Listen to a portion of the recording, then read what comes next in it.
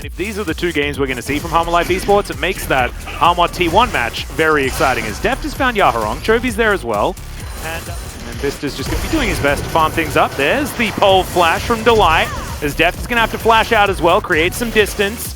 They do trade flashes, exactly what you want.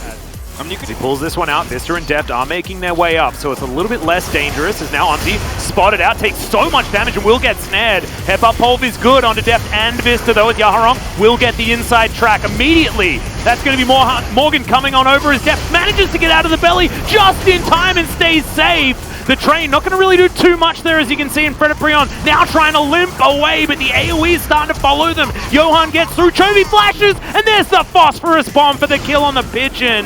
Harmolife Esports take first blood and win the first skirmish. What a great fight for Harmolife Esports. Looked risky for a moment. I mean, Johan was so out of position, and he was trying to rejoin the rest of his squad. The Emperor's Divide, unfortunately, didn't set up. Oh, yeah, not done yet. Goodbye. What? Harmolife Esports out for just a second, but things got messy as it was almost so good though, because it picked up Vista mid Devourers. There's the Onslaught of Shadows. Goodbye, Umti. And I have a feeling that the Mental may have taken a bit of a bruising from game one. Yeah, no one else can actually challenge him anymore. Oh, Hoya coming on over here as he does get a Gnar, but it is just onto Deft, who immediately explodes. The Rift Herald will be taken here by Johan, who's looking to now try and escape, so... you know, it's starting to show. The cracks are certainly starting to show. I mean, look at this mid matchup. Yep, Chovy just going to use a very, very nicely placed Valkyrie, and Johan almost didn't need... Good execution around 5v5 team fights. And taking these small skirmishes like this, I mean, you just can't be doing that. Like, Shurima shuffles forward, doesn't get the Emperor's Divide, and when you don't know where Johan is, like, you should not be making plays like that. I mean, he's just so desperate to catch back up to them. Like, their especially name after they oh, no. didn't find the first one, as Umti's going to do it again. As the Onslaught of Shadows, goodbye, my friend, beautifully executed. Gank attempt, Umti goes golden. He just been on form.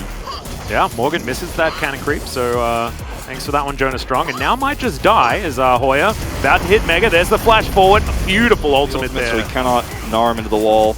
It's named correctly, as it turns out, as Yaharong might just be solo killed, and he is. Chovy just chases him down. Very, very dead is the Azir.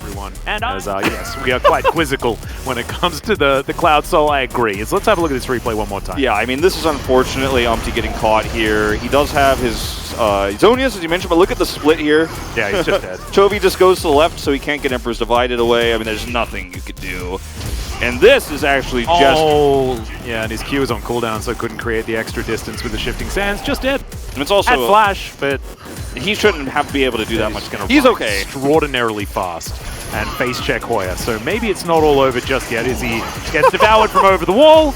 Doesn't even have to use the ultimate, and Umti is probably dead. Chovy, that was somewhat aggressive, one could say, is now some potential trouble here for the Tahm Kench, as Umti was burning down for a while, goes down to a single-digit health bar, but... Yeah, Henna has to heal to keep him alive. For Harmolife Esports, if they kill him there, they... Oh, no. There's a word there! Oh, he's KWing as well. Why do you think they're standing there? Get out of here! Yeah, he also doesn't have minion wave there. Okay, yeah, that makes more sense. So Chovy knew that there were 4 people. Yes, he was like, I'm going to do this by myself. There's 4 people, it's almost 5. I mean, Hoya's very nearby. And Delight has a ward on this, is able to flash through. I mean, it is Pole Flash, and then Blast Cone gets him as well. So it's a series of unfortunate events for Chovy, but still, probably not the face check you want to go for. Crazy flank like that, but hey, I mean, despite the death, they reset, now they've got Baron control. Yep, package now going to be delivered over to Delight, and he does have the ulti available, so it keeps him alive for a little while longer, but he is still very dead, as now Johan going to get the devastating charge back. Umti straight into Drake, when Harmolife Esports probably wanted to win this game before there is a possible soul anyway. Exactly. So looking forward to seeing whether Harmolife can prove that either wrong or right. Certainly going to be exciting, as in goes Hoya and out goes Hoya. Goodbye, my friend. He will get stunned. As, okay, Dawning Shadow says no, and the Gnar, no option of doing anything. Johan running extraordinarily quickly, or galloping, or cantering, depending on, I guess I didn't quite see his kilometers per hour at that point. I mean, Atlas, this is the stage of the game where, you know, your front line is a Gnar or an Alistar, both of whom are burst down before they can be relevant, because the damage output is just and too also, high. Hoya has a Black Cleaver, right? Like, there is no real defensive stats outside of health. and that is not going to do it for you. Definitely as far not. as frontlining. And he was looking for a possible nah, but Life Esports just a little bit too far ahead, able to move out of the way very comfortably. Yaharong gonna get snared. Possible sleep to come through here, but Humpty not even gonna pull the trigger. Looking like we're going to have the final moments of this game here, the final moments of this series. Fred Brion, one last stand. Yep, Morgan in the front line, looking pretty comfy. Okay, here's the sleep. We do land it on it too. There is the Flash Emperor's Divide. The horse goes down very early, but Yaharong should be taken down. It's a really nice pulverize in the back line as the Corki is taken down as well, but not before he grabs himself a double kill, and now Delight is going to be hunted down by Deft. He has no mana, but he doesn't need it.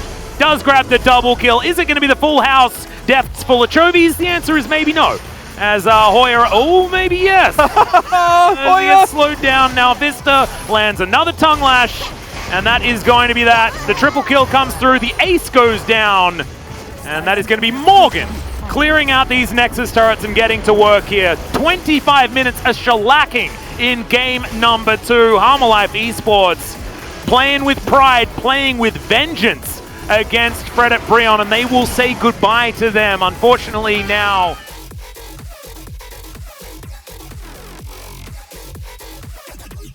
this is Harmalife. It feels like they're coming into their own, and I want to talk about this as well. Like, Harmalife Esports are an organization, and I mean, it did change a lot moving into this year, but we have to remember, they're an organization that has always been on the border of playoffs. They've never been able to make it here.